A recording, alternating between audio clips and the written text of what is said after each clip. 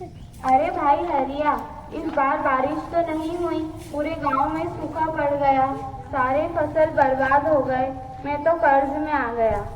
हाँ भाई, मेरा भी यही हाल है, मैं बहुत कर्जे में हो गया हूँ। जरूर कोई आदमी अपने गांव में बहुत पाप किया होगा, इसलिए गांव सूखा पड़ गया। मैंने सुना है कि पड़ोस के गांव में देवी माँ का एक मंदिर है, वहाँ जाने से बड़े समस्याओं का समाधान हो जाता है। क्यों ना हम सभी दोस्त उस मंदिर का दर्शन कर आए, क्या पता बारिश हो जाए। तुम सही कह रहे हो, हमें रामू के बैलगाड़ी से जाना चाहिए।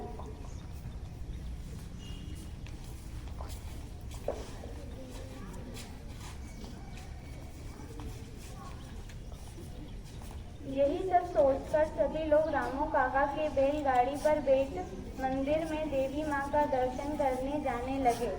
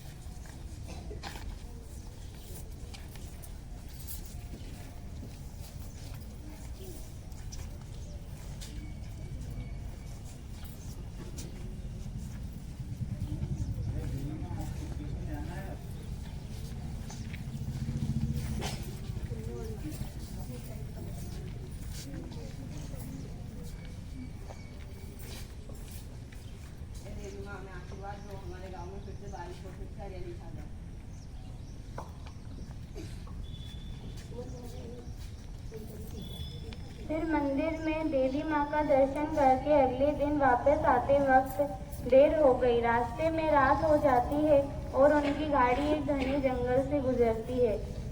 सभी लोग डर जाते हैं। तभी हरिया रामू से कहता है, रामू काका, यह तो बहुत ही घना जंगल है, इतनी डरावनी आवाज आ रही है, कहीं भूत प्रेत ना आ जाए, मुझे बहुत डर लग रहा है। अरे नहीं बेटा हरिया, कोई भूत प्रेत नहीं होता, तुम खामोखा डर रहे हो और हम लोगों को भी डरा रहे हो। हम लोग अभी मंदिर में भगवान का दर्शन करके आ रहे हैं, हम लोगों को कुछ नहीं होगा। तभी जंगल से एक बहुत ही डरावना भूत सामने आ जाता है। बहुत दिनों बाद इंसान का मांस खाने को मिला है, तुम सबको नहीं छोड़ूंगा मैं। भूत वहीं रुक जा, हम सभी लोग अभी मंदिर से भगवान का दर्शन करके आ रहे हैं, तुम हम सभी का कुछ नहीं बिगाड़ सकते। आलतू जलालतू आई वाला को टालतू। इतना कहते ही भूत जलकर राख हो जाता है। रामू काका, आज तो यह भूत हमें कच्चा ही चबा जाता, भगवान ने बचा लिया। रामू गाड़ी को आगे ले जाने लगता है। कुछ दूर जाने के बाद अचानक पहाड़ से एक पत्थर लुढ़क कर उनके गाड़ी के सामने आ जाता है। सभी लोग पत्थर से कुचलने से बच जाते हैं। अरे दादा हो दादा, बार बार बच गए, वरना भी पत्थर से कुचले जाते। आज बहुत बुरा होने वाला है। तभी कोई ना कोई खतरा सामने आ जा रहा है। पहले वह भूत, अब यह पत्थर से कुचले जाते। फिर रामू बैलगाड़ी को तेजी से आगे भगाने लगता है। कुछ दूर जाने के बाद रास्ते में तेजी से बारिश होने लगती है।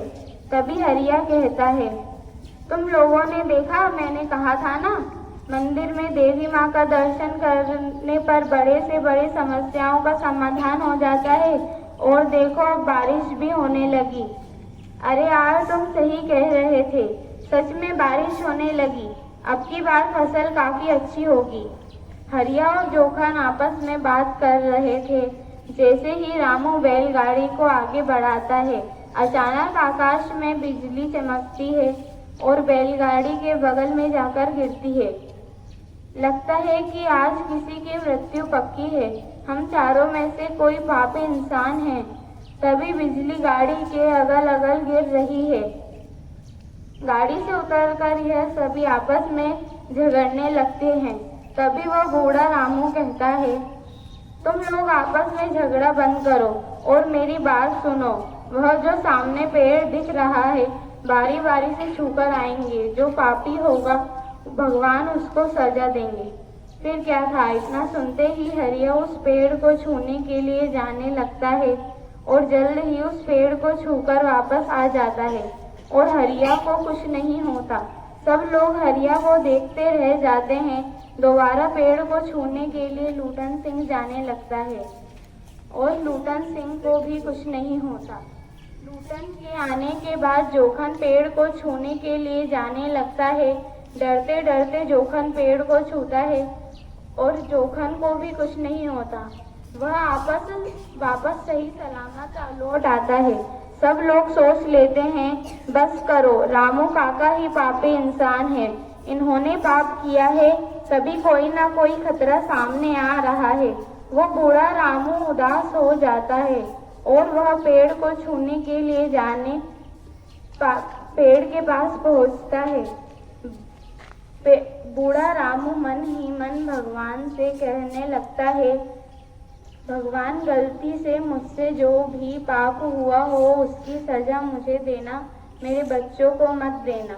मैं अपनी जान हंसते हंसते आपको दे रहा हूँ। इतना कहकर बूढ़ा रामू पेड़ को छूता है। तभी आकाश से तेजी से बादल गरजता है और बिजली जाकर उन तीनों पर गिर जाती है। वे तीनों तुरंत ही मर जाते हैं। बूढ़े रामू के वजह से तीनों अभी तक जिंदा थे। रामू अपने जीवन में कभी पाप नहीं किया था, इसलिए रामू के वजह से बिजली बैलगाड़ी पर नहीं गिर रही थी बल्कि गाड़ी के आसपास गिर रही थी। फिर रामू उन लोगों के पास जाता है और भगवान से कहता है, हे भगवान, अगर मैंने अपने जीवन में कभी पाप नहीं किया है तो इन लोगों को जिंदा कर दो। इतना कहते ही तीनों जिंदा हो जाते हैं।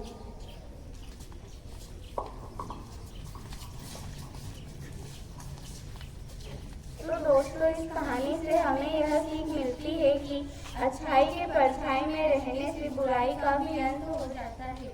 हमेशा सच्चाई की राह पर चलना चाहिए। सच्चाई की राह पर कठिनाइयाँ बहुत होती हैं, लेकिन उन कठिनाइयों को पार करके इंसान बुराई पर जीत हासिल कर सकता है।